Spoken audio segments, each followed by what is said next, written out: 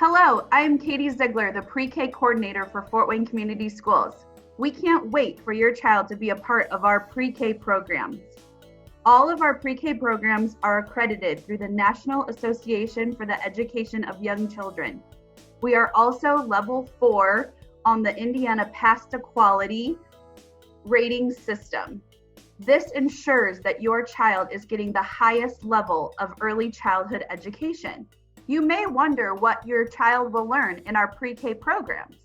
Today, you will hear from some of our awesome pre-K teachers about what your child will learn at school and ways you can help them at home.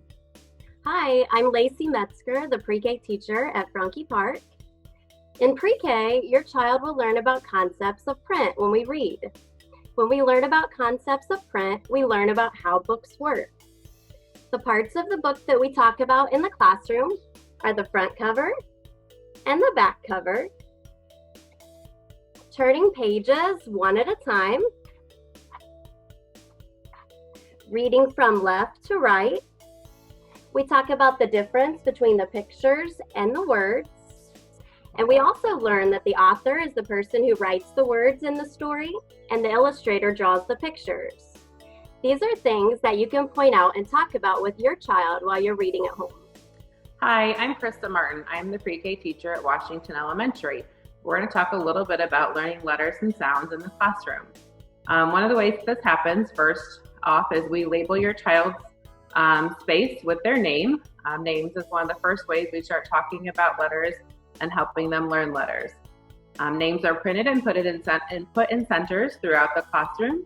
We use this chart throughout the day, every day, such as A, apple, B, ball, and read this together several times during the week. A couple of ways you can work on letters and sounds in the home are by pointing out and talking about environmental print words on household and food items. Talk about signs that you see while you are driving. I see the word stop. What letter does stop start with, or what sound? These are ways that we work on letters and sounds in the classroom, and a few ways that you can work on letters and sounds at home. Hi, I'm Susan Stevens, and I teach pre-K at Harrison Hill Elementary School. I look forward to seeing what happens this next school year. I'm going to talk about rhyming. It's very important to do rhyming activities with your children at home, such as find books that have rhyming words in them. Dr. Seuss has great books that have rhyming words in them. Cat, hat, mouse, house. When you're reading those books, stop and think about those rhyming words with your child. Talk about them. Talk about how they sound the same, how they end the same. Sing songs that have rhyming words in them. Most songs do. Think about the songs you hear on the radio. You can use those songs and think about rhyming words in those songs. Make up silly rhyming names with your children. If their name is Bailey, say Bailey Maylee. My name is Susan, Susan Moosin. Make up silly rhyming names with your child, and that will help them with phonemic awareness and getting to know words and getting to know sounds. Hi, I'm Janice Fix from Lindley Elementary School. Writing isn't a chore, it's fun. This summer, try to have writing tools available: crayons, pencils, markers, and paper. That way your child can pick them up and experiment and express themselves with writing anytime throughout the day. They can use scribbles, lines, and even pictures. When your child writes their name, they get such a confidence boost, although it's not mandatory. When your child is starting to write, try to teach them to hold their writing tool down low near the point in some type of pinch or grasp. It takes practice, but it gives them the most control when they are trying to create. I'm Lori Hogan, and I'm the preschool teacher at Fairfield Elementary. I wanted to talk to you today about reading comprehension. That's how well your child understands the story that they've just been read. What I do is ask questions before, during, and after reading a story, and you can do these things at home. One of the things I do before I read a story is ask, what do you think this story is about? Or why did you pick this book? What interests you about it? During the reading, you can ask, what do you think will happen next? Or how do you think the character is feeling? Are they happy or sad? And when you're done, you can say, what was your favorite part of the story? Who were the characters in the book, or where was the setting? Where did the story take place? Another thing that I like to do is ask them, can you retell the story to me? Just tell me in your own words what happened in the book. And then that's a really good way to check to see if they've understood what they've been read to. Hi, I'm Blanca Rosen. I teach at Waynedale Elementary. In pre-K, we practice counting every day.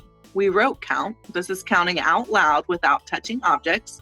We also work on touch counting. This is moving objects or touching objects while counting one at a time.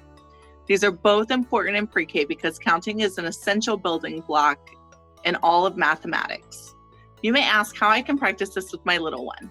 While driving around town or on a walk, count how long it takes to arrive. You can also count how long you think it's going to take to get somewhere. If you're putting away items, you can practice touch counting. For example, if you're putting away socks, dishes, or etc. as you work, count each item as they're putting them away or grabbing them. I'm excited to partner with you next year in your little one's journey to education. Hi, my name is Angie Pyatt. I'm the pre-K teacher at Maplewood Elementary School, and I'm super excited to get to meet and get to know you and your little one as we partner together in this great adventure called pre-K. One of the skills that we learn in pre-K is sorting. We sort objects by putting them into groups with like attributes or characteristics. Some of the ways that we can sort objects are by color, by shape, or by size.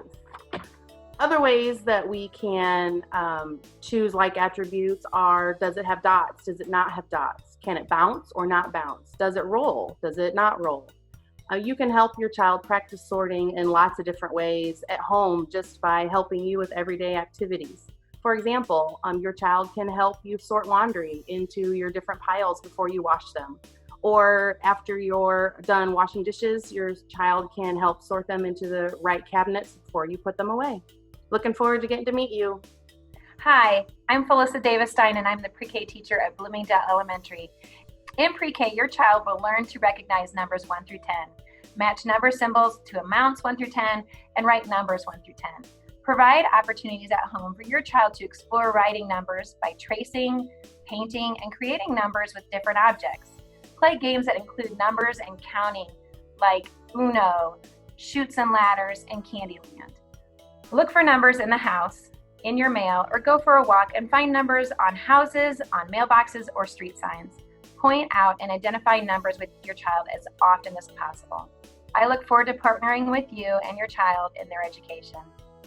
Hi, my name is Katie Fry, and I teach pre-K at North Crest Elementary. In school, your child will learn to create and expand simple patterns. When children have solid patterning skills, they are able to predict what will come next. Patterns can be found in our daily routines, words, music, and even in nature. At home, you can explore patterns with spoons and forks. Spoon, fork, spoon, fork. Ask your child what will come next. You can explore patterns with rocks. Big rock, little rock. Big rock, little rock. And you can explore patterns with things like buttons. Green button, orange button. Green button, orange button. There are so many different ways to explore patterns. What will you choose? Hi, my name is Diane Hackley, and I teach pre-K at Abbott Elementary. And I wanted to share with you 2 math concepts that your child is going to be learning about in pre-K.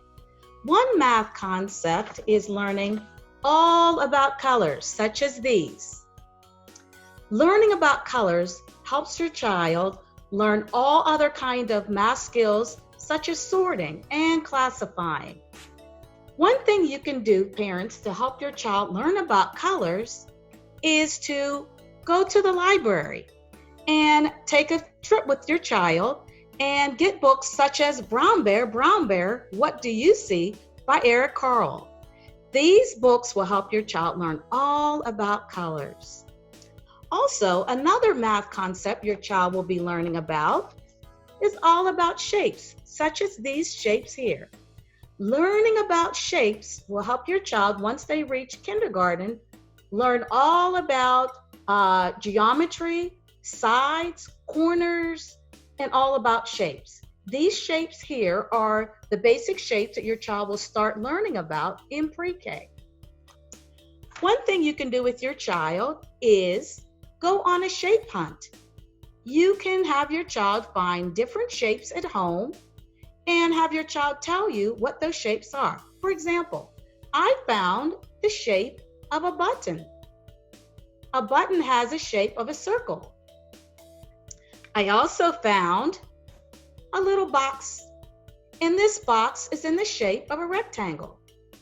So you can do that with your child to help your child learn all about shapes.